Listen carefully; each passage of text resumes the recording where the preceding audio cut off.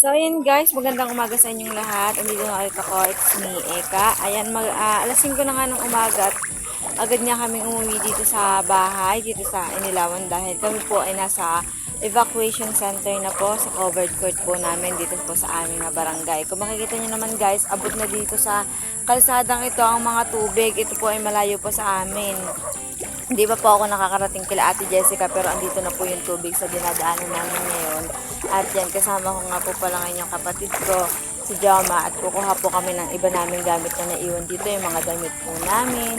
Tsaka po ayusin din namin yung mga ibang gamit pa namin doon sa bahay bago po kami ulit babalik sa covered court. Tag niya po nang sinabi ko sa hindi naman namin na inaasahang pangyayari na hahantong kami sa ganito. Dahil guys, wala na po talagang tigil ang ulan, tapos sinasabayan ka po ng hangin, tapos yung tubig po, mabango na, tapos makati na din. Kaya ayan, nagtitis pa rin po talaga kami na bumaba dito. Kung makita nyo naman po yung mga palayan na nalubog-lubog na. Tapos ngayon nga guys ay ito, umaambon na naman ulit, naabutan na naman kami ng ambon, pero okay lang yan kasi malapit na rin naman kami sa bahay. Makikita nyo naman, itong palayan na ito ay pinagdadaanan na rin ng bangka. Ayan, kumakita nyo naman yan si Kuya, yan, nagbabangka siya dyan. At ayun, kasama ko din pala si Kuya Christian at saka po si Papa. Kasi si Kuya Christian ko may kukuhanin din sa kanila. Tapos ganoon din po si Papa ko, may kasama po namin siya mag-iintindi doon sa bahay. At bago nga pala kami guys makarating sa bahay namin, ay sasakay pala kami ng bangka. Dahil sobrang malalim na yung tubig, hindi na namin siya malalakad. Kaya so ayun guys, samahan niyo kami ngayong umaga nito.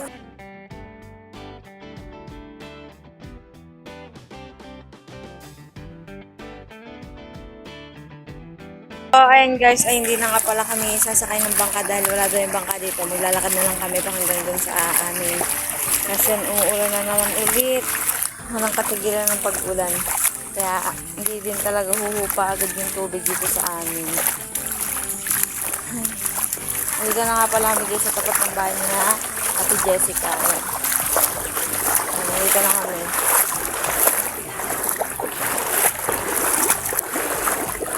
Ang daming palay na na naglutang. Bilis, nilakan.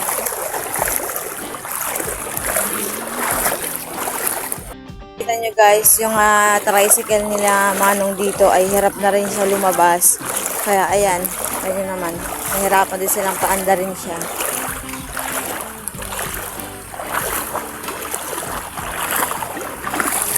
Lalim na talaga siya dito guys kila Ate Jessica nga tapat ng bahay.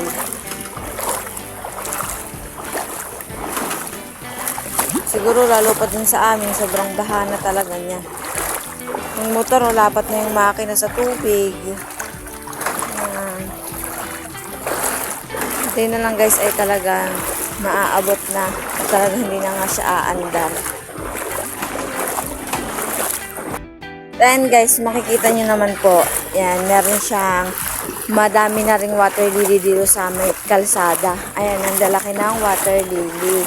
Tapos ka ngayong kalabaw naman nung nakakaawa, naluluhod na rin siya. Mamaya, abot na talaga siya ng tubig. Hindi siya naiintindi nung may-ari. Guys, malapit na po kami sa bahay. Yan po ay hirap pa rin maglakad. Silalim din po ng talaga ng tubig. Ay,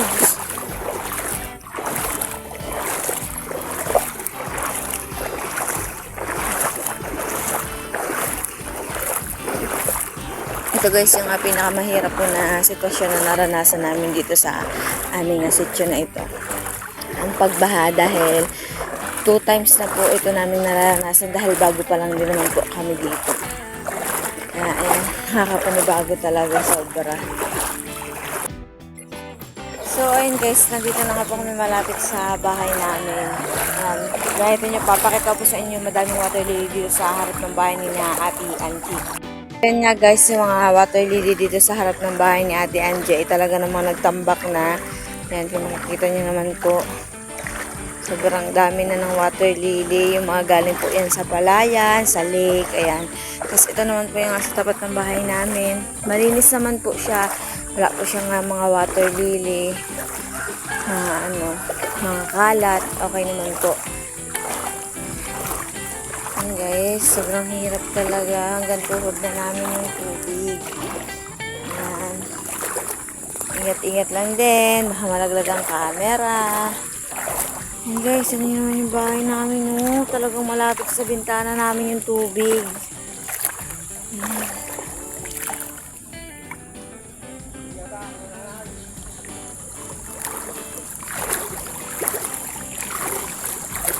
Oh my God. Ay. Ayan guys, ano naman yung tubig.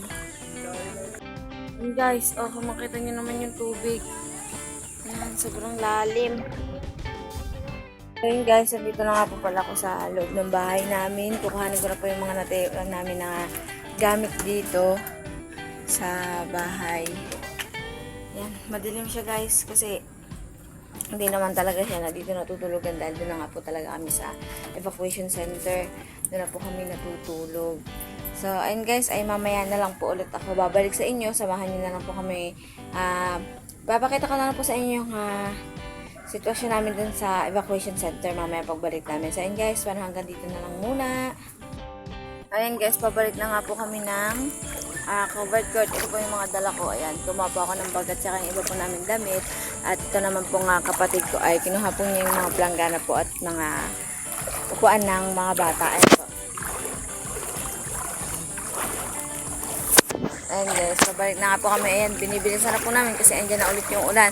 So guys, papakita ko na lang po sa inyo yung tinutulugan namin doon sa evacuation center. Mamaya kami covered court po namin. Meron po kasi kami yung mga tent. Ayan, papakita ko na lang po sa inyo. So ayun guys, at andito na nga po pala kami sa tinatawag naming evacuation center. Pero ito po ay talaga sa covered court namin. At kung makikita nyo po, ito po yung mga tinitira namin ngayon. Ito po yung pansamantalang tinutulugan namin, yung mga tent. So ayun guys, ito nga pala yung tinutulugan ng mama ko at saka ng papa ko. Ayan, mga kapatid ko. Ito, tent nila. So, ayan guys, napakaluang ng tent na ito.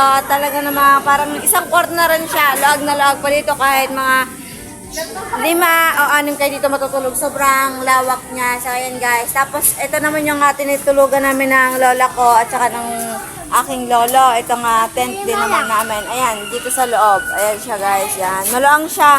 Tapos, ang mga kasama pala namin dito ay sila Ate Selena, sila Baknet, sila Ate Grace, sila Ate Jessica, sila Manang, at saka si Manang, si Ate Joy, si Canilo, tsaka sila Kambal, sila Ate Gaga. Ayan guys, marami pa rin basta kami dito. Pero sila Ate John, ay wala pa sila dito ngayon sa tinatawag namin evacuation center dito sa covered court dahil guys, yan tawag dito, hindi pa naman abot sa kanila yung tubig kasi guys, dito na sila sa bukana, kami dun ay sa baba. Kaya yun, abot na talaga kami ng tubig. Ito pala yung atin na Kuya Christian Enrad yung kanila at doon naman yung sa amin. At yun nga guys, tuwing gabi, hindi pa rin namin maiwasan na hindi rin babahain yung iba dito. Kasi ayun guys, kita nyo, ayan yung mga tubig. Umuus-us yan pababa, papunta dito sa tent nila. Kaya kailangan talagang walisan ng walisan. So ayun guys, sa akin ngayong umaga. Maraming salamat sa suporta sa lahat ng subscriber namin. Paano hanggang dito na lang. Bye-bye!